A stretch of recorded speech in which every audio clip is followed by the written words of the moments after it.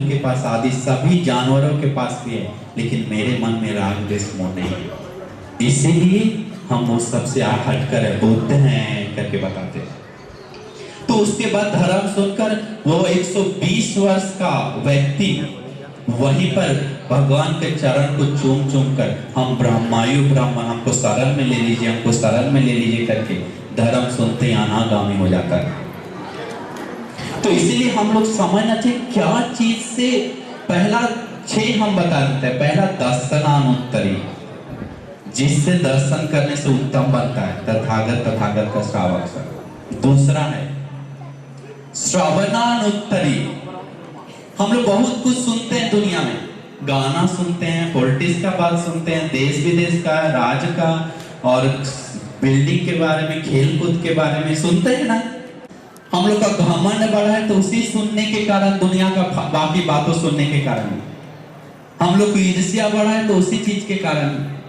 हम लोग का लोभ बढ़ा है तो शील भंग हुआ है तो उसी चीज के कारण। लेकिन भगवान बुद्ध बताते हैं जो कोई लोग तथागत का श्री सद्धर्म सुनता है तो उस सुनने से वो उत्तम बनता है, श्रेष्ठ बनता है, महान बनता है, तथागत का श्रावक धर्म सुनने से। तीसरा कारण है लाभानुत्तरी। हम लोग को बहुत चीज लाभ मिलता है, पत्नी अच्छा मिलता है, पति मिलता है, बच्चा मिलता है, धन मिलता है, डिग्री मिलता है, ये सब लाभ है मेरे लिए। लेकिन भगवान बुद्ध बताते हैं वो सब लाभ से लौकिक ही सुख मिलता है थोड़ा सा। हम एक दिन प्रोफेसर के पास गए थे, वो पीकर पड़ा हुआ था, उठ नहीं पा रहा था, बीबी रो रहा था।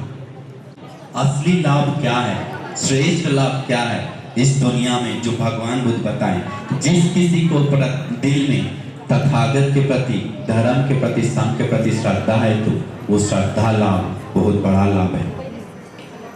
जिस किसी को शील का लाभ है तो, धर्म ज्ञान का लाभ है तो, प्रज्ञा का लाभ है तो वो लाभ उसको बहुत बड़ा लाभ है। उस लाभ से कभी उसको हानि नहीं होता, दिन प्रतिदिन उत्तम भी बनता है, श्रेष्ठ ही बनता है। एक दिन बाही दारू चीरिए भगवान के सामने आया, बाही दारू चीरिए, दारू मतलब लकड़ी, लकड़ी का पत्ता और छिल्ला से कपड़ा पहना हुआ था, कुछ नहीं था। भगवान से मिलने के लिए दूर से भगवान पीर के पास जा रहे थे।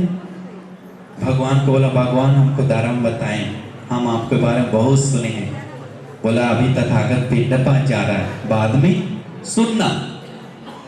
बोला नहीं भगवान हमें पता नहीं, भगवान हमें पता नहीं थोड़ी देर में क्या होगा मेरे साथ, इसलिए अभी बता दे। 3 बार बोलने के बाद भगवान देखे सच में इसका आयु कम है। भगवान सिर्फ 2 वाक्य बोले। क्या 2 वाक्य बोले? दिठे दिठ मत तनो, सुते सुत मत तनो। देखा तो देखा ही सिर्फ, उसके आगे रिएक्शन मत करो। सुना तो सुना सिर्फ, चखा तो चखा सिर्फ, स्पर्श किया तो स्पर्श किया सिर्फ, उसके आगे मैं मेरा करके मत पकड़ो, तृष्णा उत्पन्न मत करो। भगवान थोड़ा वाक्य बताएं, इसके बाद उसमें तृष्णा बंधन नहीं आए तो, उसमें वो चीज नहीं होने के कारण तुम मुक्त हो जाओगे करके भगवान को बताएं। तुम इधर ये भी नहीं पकड़ रहा, वो भी नहीं पकड़ रहा करके भगवान समझाते 2 वाक्य से, वहीं पर बैठे बैठे वो अरहंत हो जाता है। तो उसको लकड़ी है छोटा सा पहना हुआ, उसके कारण उसको ज्ञान को समझने बाधा नहीं हुआ। हम लोग सोचते हैं एक धनवान व्यक्ति समझेगा, गरीब नहीं समझेगा, सुंदर व्यक्ति समझेगा, कुरूप नहीं समझेगा, ये पढ़ा लोग समझेगा, अनपढ़ लोग को धर्म नहीं, ऐसा नहीं है। प्रज्ञा सब्जेक्ट अलग है। नहीं तो सारा पढ़ा लिखा लोग आज करप्शन नहीं करता, करप्ट मतलब वो जो हो रहा है वो चीज नहीं करता। इसके बाद भगवान बुद्ध बताते हैं 5वां पारिचर्यानुत्तरी, किसको सेवा करने से कोई उत्तम बनता? भगवान बुद्ध और उनके श्रावक समूह को सेवा करने से उत्तम बनता। अभी उसके लिए हम एक एक बात बताएंगे। और पांचवा, लास्ट वन, अनुसयानुसरी, क्या मनन करने से तथागत तथागत, क्योंकि वो युगों युगों के बाद ही यह मौका मिलता है, ले आसान से नहीं मिलता। हम लोग को सुनने में ना है, लेकिन हम लोग का बहुत बड़ा पुण्य है। ये 1000 साल के अंदर देखा गया तो सबसे ज्यादा पुण्यवान बड़े लोग से बात हुआ तो इस युग का लोगों को है, क्योंकि इतना धर्म ज्यादा सुनने को मिल रहा है, पढ़ने को मिल रहा है। अभी ये आगे परंपरा बहुत तीव्र से पतन होगा, कोई डाउट नहीं, तीव्र से पतन होगा। सिर्फ घोषा चलेगा, स्पीच चलेगा। बहुत सारा संपत्ति मिला, बहुत सारा संपत्ति, जैसे आपके पास भोग संपत्ति है, नहीं है क्या, धन वस्तु है, और आपके पास है ज्ञाति संपत्ति। ज्ञाति संपत्ति मतलब रिश्तेदार है, पहचान है, दोस्त है, यार है, बहुत सारा है, वो भी एक संपत्ति है। भगवान बताए सुख देने में मदद करता है। तीसरा संपत्ति भगवान बुद्ध बताते हैं आरोग्य संपत्ति। आरोग्य मतलब निरोगी शरीर मिलना भी एक क्या है, संपत्ति है उसका जीवन में। नहीं समझ में आ रहा है? भोग धन वस्तु है तो अच्छा नहीं है क्या मेरे लिए? अच्छा है ना, पुण्य कर सकता है, खा पी के रह सकता है, खुशी से रह सकता है। निरोगी शरीर है तो अच्छा नहीं है क्या? अच्छा है। इसके बाद ज्ञाति रिश्तेदार सब अच्छा है, परिवार दोस्त पहचान है, अच्छा नहीं है क्या? संपत्ति है। लेकिन भगवान बुद्ध बताते ये तीन संपत्ति तथागत ज्यादा प्रशंसा नहीं करते, बोलते ये तीन संपत्ति उसको भौतिक सुख देता है।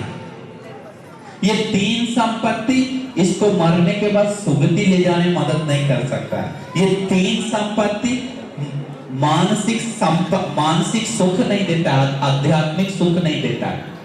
लेकिन ये दो संपत्ति और बताते हैं, शील संपत्ति और दृष्टि संपत्ति। ये शील जो है जीवन में पालन करता है तो उसको समय के साथ सुख देता है। और ये जो दृष्टि, ये सबसे ज्यादा दृष्टि संपत्ति, जो लोग सही देख नहीं है, क्या पुण्य है, क्या पाप है, क्या अच्छा बुरा है, क्या करना चाहिए, क्या नहीं करना चाहिए, ये दृष्टि सबका अपवित्र है। बहुत सारे लोग नहीं समझे, कुछ भी थोड़ा सा में गलत ही पकड़ता है, सही पकड़ने की ताकत नहीं है, हानि नहीं है। ज्ञाति लोग छोड़ के चला जाए सब, बड़ा हानि नहीं है, भगवान बुद्ध बोलते हैं।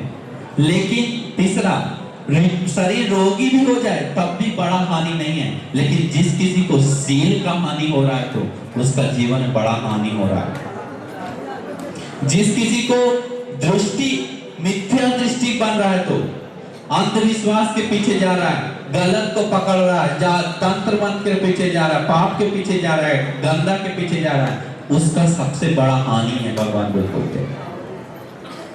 तो इसीलिए हम लोग समझना चाहिए कि हमारा कितना बड़ा सौभाग्य है कि हमें इतना सुंदर लाभ मिला भगवान बुद्ध का, बाबा साहेब अम्बेडकर जी के कारण, बोधिसत्व के कारण। तो उस लाभ को हम लोग कीमत नहीं देंगे तो हम लोग को बहुत बड़ा दुख का और शर्म का बात है, बहुत शर्म का बात है, बहुत शर्म। क्योंकि दिन प्रतिदिन अभी लोभ का सीमा फांग जाएगा, मिथ्या दृष्टि का सीमा फांग जाएगा। अभी नहीं है क्या? बहुत तेजी से हो रहा है, सोच भी नहीं सकते। इसलिए हम लोग सोचना चाहिए कि अहो हमारा कितना बड़ा सौभाग्य है। अभी हम लोग को एक चीज सोचना चाहिए। अभी हम लोग देखते हैं, देखिए बहुत बहुत प्यार का बात करते हैं, बहुत सारा धर्म का बात करते हैं, लेकिन हम लोग सोचना चाहिए कि हम लोग कितना लेवल पे कर पा रहे हैं। देखिए एक बात हम आपको बताते हैं।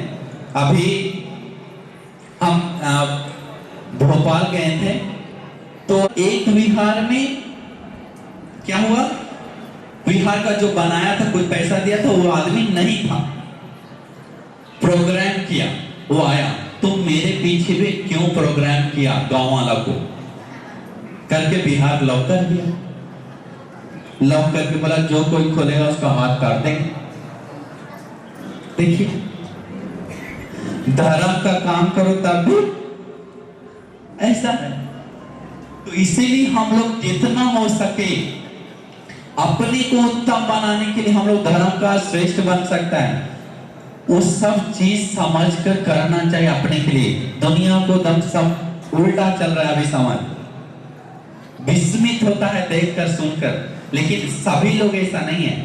आप लोग बहुत बहुत गुणवान लोग यहाँ पर बैठा हुआ है, सील को गौरव करने वाला लोग बैठा हुआ है, बाबा साहब अम्बेडकर जी को दिल से गौरव करने वाला लोग बैठा हुआ है।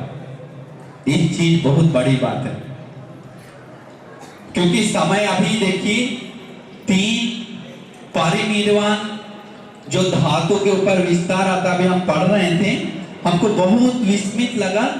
बुद्ध शासन में 3 परिनिर्वाण होता है। कितना परिनिर्वाण होता है? भगवान बुद्ध के साथ ही सिर्फ होता है 3।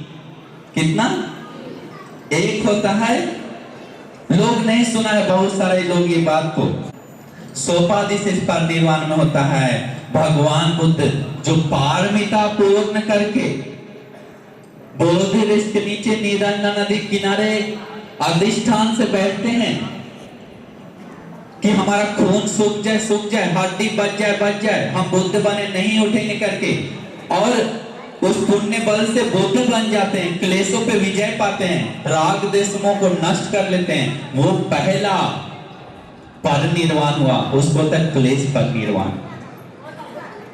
अकुशल को शांत कर दिया, क्लेश को शांत कर दिया, बुझा दिया। वो शरीर है, उसका रूप है, लेकिन उस रूप में बंधन नहीं है। वेदना है, लेकिन उस वेदना में बंधन नहीं है। संज्ञा है, लेकिन उस संज्ञा में बंधन नहीं है। चेतना है, लेकिन उस चेतना में बंधन नहीं है। ये सब चीज में बंधन के बिना जीवन बिताने वाला को बोलता है क्लेश परिनिर्वाण।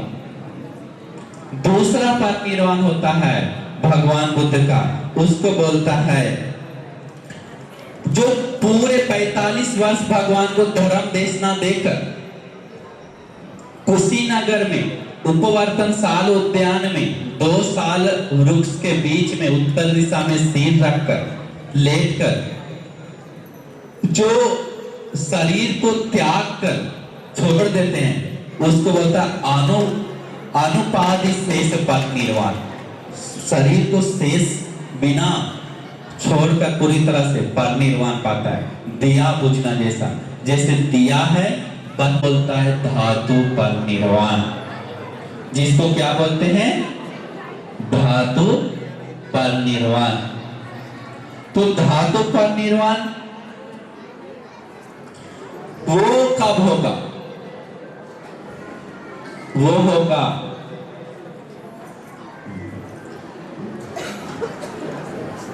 बच्ची को बैठने के लिए,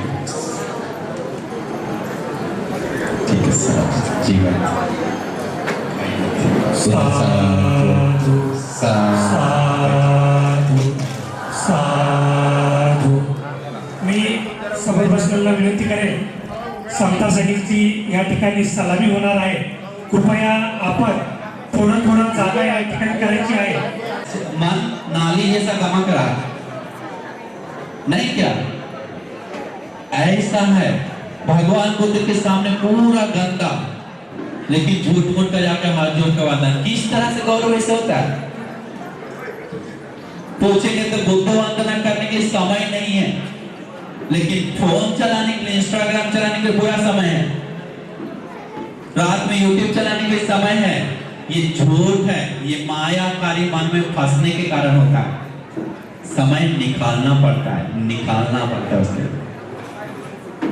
मौका है आप लोग को, सुधर जाइए, नहीं तो अंतिम समय नहीं पछताना पड़ेगा। तो हमको लिख के हम दे रहे हैं, मौका मिला है, अच्छा समय है, दिमाग काम कर रहा है, आंख दिख रहा है, कान सुन रहा है। एक दिन आएगा सुनाई नहीं देगा, एक दिन आएगा बोल नहीं पाएगा, एक दिन आएगा देख नहीं पाएगा, एक दिन आएगा चल नहीं पाएगा। कोई मतलब नहीं उस दिन इसके बाद, हाथ उठा नहीं पाएगा। इसलिए धर्म को इज्जत करिए।